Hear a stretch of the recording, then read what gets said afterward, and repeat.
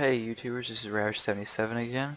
Today I'm not going to be doing no PvP or 2v2s, but instead I'll be doing a macro, glyph, and talent overview. I had somebody on my later videos post a comment saying that they would like to see how I set my talents, glyphs, and macros up. So here it is, I'll show you. Here's my talent tree. As you can see, my talent setup is Wild Charge, Nature Swiftness, Typhoon, Incarnation, Mighty Bash, and then Heart of the Wild. I'll explain to you why I've chosen each talent for each one of the tiers. So I'll start with the first tier, which I've chosen Wild Charge, which allows me to leap behind the target, dazing them for 3 seconds. The reason why I've chosen Wild Charge over Displacer Beast or Feline Swiftness is because Displacer Beast is mainly used for a gap expander, which allows you to escape from situations quicker. When, as a feral druid, you mainly need to close the distance, and you need to stay connected to the target as much as you can, as well as any melee class. And the reason why I did not choose Feline Swiftness is because Feline Swiftness is kind of useless as a feral druid because of the feral druid set bonus, which allows you to have 15% increased movement speed anyways, and since it no longer stacks, Feline Swiftness is kind of a non-viable choice for this talent tier. For the second talent tier, I've chosen Nature Swiftness. The reason why I've chosen Nature Swiftness is because it allows for an instant heal, CC, such as Cyclone or Entangling Roots. The healing and the duration of the spell is increased by 50%, so it means you have a 50% longer Cyclone, 50% longer Entangling Roots, or a 50% more powerful Healing Touch, which could be the difference between a win and a loss in an arena. The reason why I did not choose Renewal is because it's only a self-heal for 30% damage. You can't use it as a CC or anything, or actually 30% maximum health, I mean. It does provide a nice heal for you, but it does not allow you to assist your teammates in any way.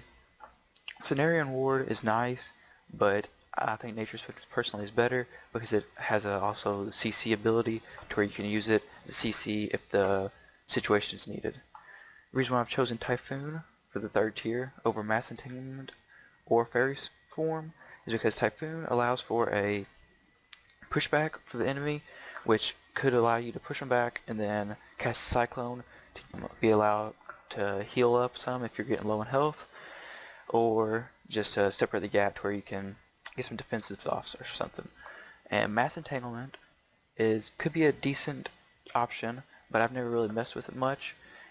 It roots players in places like Entangling Roots, but it roots multiple players. It's an instant cast, so it could be decent, but the thing with that is if you decide to damage them while they have Mass Entanglement on by accident, it will break their roots and it'll be pointless. Fairy Swarm is nice because it slows the target's movement speed, but since Infected Wounds already slows the target's movement speed, and Druids do not have a pushback, Typhoon, I believe, is the best talent choice for the third tier. For the fourth tier, Incarnation, Force of Nature, and Soul of the Forest. Incarnation, I think, is the best of all three of these choices because Incarnation allows you to have a Ravage that you can do with any positional requirements and a Pounce with any positional requirements, no stealth. Pounce is a nice CC. It allows you to stun the target and puts a bleed on them. Ravage is a really powerful attack that ferals should be a main part of their game. I think Incarnation is the main choice for feral druids. Force of Nature could be nice. The treants do melee damage. They do more than 42 damage every 2 seconds, but since I'm not in cap form right now, it's only showing 42 damage. But they use Bash, which means that allows for a stun every 2 seconds, which can be nice for controlling people, but I think Incarnation is way better because of the burst abilities that it has. Soul of the Forest allows for finishing combos so you grant 4 energy, which is more of a constant damage output instead of a burst damage.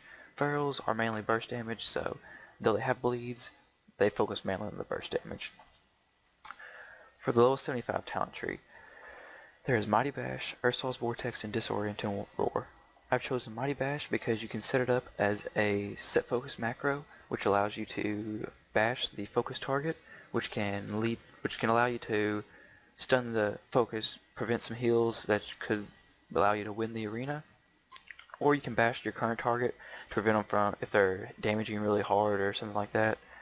Ursol's Vortex is nice to keep people in control wherever you want them to be, but if they run out of it, this doesn't really help very much.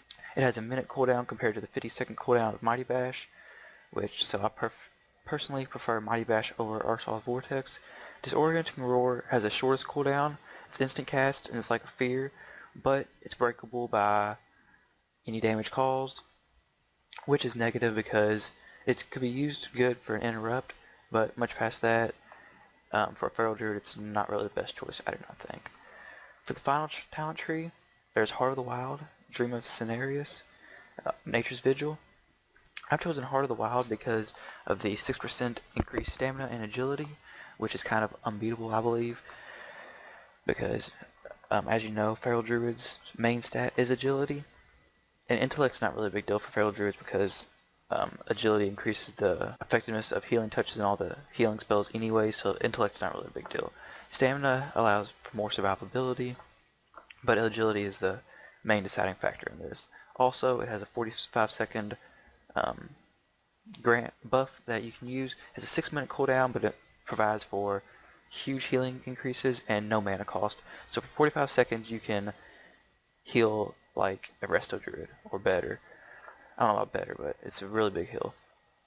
Nature's Vigil, as you may have seen in previous videos, I did use this, but it is nice by the 10% increased damage for a quick burst, but it's not as well as Heart of the Wild, because Heart of the Wild gives you the 6% increased agility, as I was saying, which Nature's Vigil is good, and it does allow for increased healing and damage for the time, which provides a better burst, but Heart of the Wild provides more survivability, which Feral Druids is not a negative.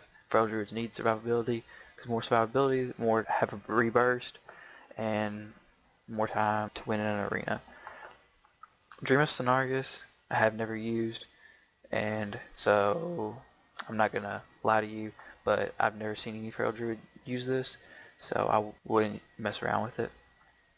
And for my glyphs, I have Glyphs of Savagery, Glyph of Barkskin, and Glyph of Catform. The reason why I've chosen Glyph of Savagery is because it provides for a very nice burst for the beginning of any battle. It provides for a 12-second 30% increase damage buff, which is free to use, just a 30% increase to all your damage for as long as you keep it up, which is really important for any Feral Druid to make sure that they have Savagery up at all times, because without it, it's like a 30% debuff. That's how you can look at it. So Glyph of Savagery, I believe, is very important. It can also be macroed into something, which I'll show you later on, to provide for a very nice opener. Glyph of Barkskin reduces the chance you'll be critically hit by 25% while Barkskin is active, which this allows for whenever you're using Barkskin and you're trying to go into defensive and heal up some, that it reduces the chance you'll be critically hit, which could be the difference between a game-ending hit and just a hit that you can heal through. So I think Glyph of Barkskin is very important for any Feral Druid to have, and that's all on that one.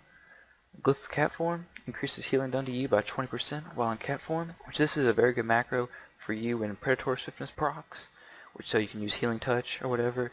But also if you're running 2s or 3s or even 5s and you have a healer, 20% increased healing is a pretty nice buff for any healer, because it reduces the worry they have to their heals healing you up more than what they expect, because Glyph of Catform has a 20% increased healing done to you, which reduces the pressure on the healers healing you.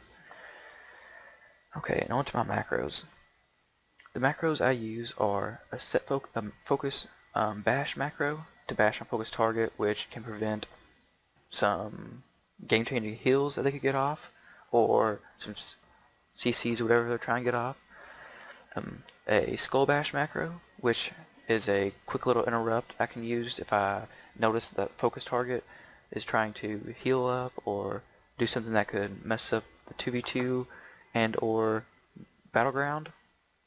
For my burst macro, I have it set to cast Incarnation and Berserk, which provides a nice multiple Ravage ability, which allows you to keep casting Ravage over and over because of the 50% less cost of Ravage. The only thing is when you use this burst, try to make sure you have full energy, because it just provides for more Ravages that you can use. And when Berserk goes off, then you can use Tiger's Fury, but don't use it until then because it won't work, so there's no sense in trying to just jam it because Tiger's Fury and Berserk cannot be active at the same time.